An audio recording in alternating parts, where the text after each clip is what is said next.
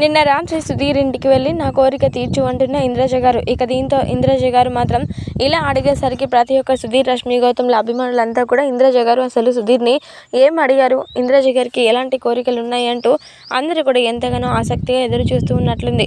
మరి ఈ నేపథ్యంలోనే అసలు విషయాలు ఏంటో ఇప్పుడు తెలుసుకుందాం. సుధీర్ అలాగే ఇంద్రజ గారు ఇంకా రష్మి గౌతమ్ మధ్య ఉన్న బాండింగ్ గురించి అందరికీ కూడా తెలిసిందే. వీరు ముగ్గురిని చూసిన ప్రతి ఒక్కరు కూడా ఎంతో హ్యాపీగా ఫీల్ అయిపోతూ ఉంటారు. మరి ముఖ్యంగా చెప్పాలంటే సుధీర్ అలాగే రష్మి గౌతమ్ అంటే ఇంద్రజమ్మ గారికి ఇద్దరు కూడా రెండు కళ్ళని చెప్పడంలో ఎలాంటి సందేహం లేదు. అయితే సుధీర్ అయితే ప్రస్తుతానికి వెండితెర అవకాశాల కోసం బుల్లితెరని వీడేసరికి ఇటు రష్మి గౌతమ్ కోసం ఇంద్రజ గారు ఎంతగానో ఆవేదన వ్యక్తం చేస్తూ ఉన్నారట.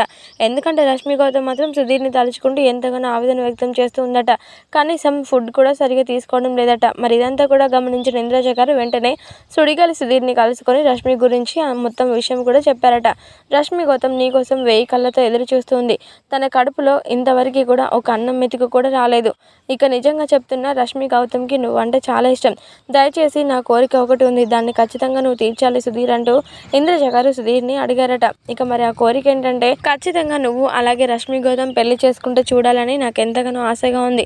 మీ ఇద్దరి జంట అంటే నాకు చాలా ఇష్టం. మీ ఇద్దరిని చూసిన ప్రతిసారి కూడా నేను ఎంతగానో మురిసిపోతూ ఉంటాను, నన్ను నేను మర్చిపోతూ ఉంటాను. మీ ఇద్దరి జంట అంత చూడముచ్చటగా ఉంటుంది. నా యొక్క కోరిక తీర్చు సుధీర్ అంటూ సుధీర్ని ఇంద్రజ గారు అడిగేసిందట. మొత్తానికైతే ఇంద్రజ గారు మాత్రం సుధీర్ అలాగే రష్మి గౌతమ్ని కలపడానికి ఎన్ని ప్రయత్నాలు చేస్తున్నందుకు ఇది చూసిన సుధీర్ ఫ్యాన్స్ అంతా కూడా ఎంతగానో హ్యాపీగా ఫీల్ అయిపోతున్నట్లుగా తెలుస్తుంది.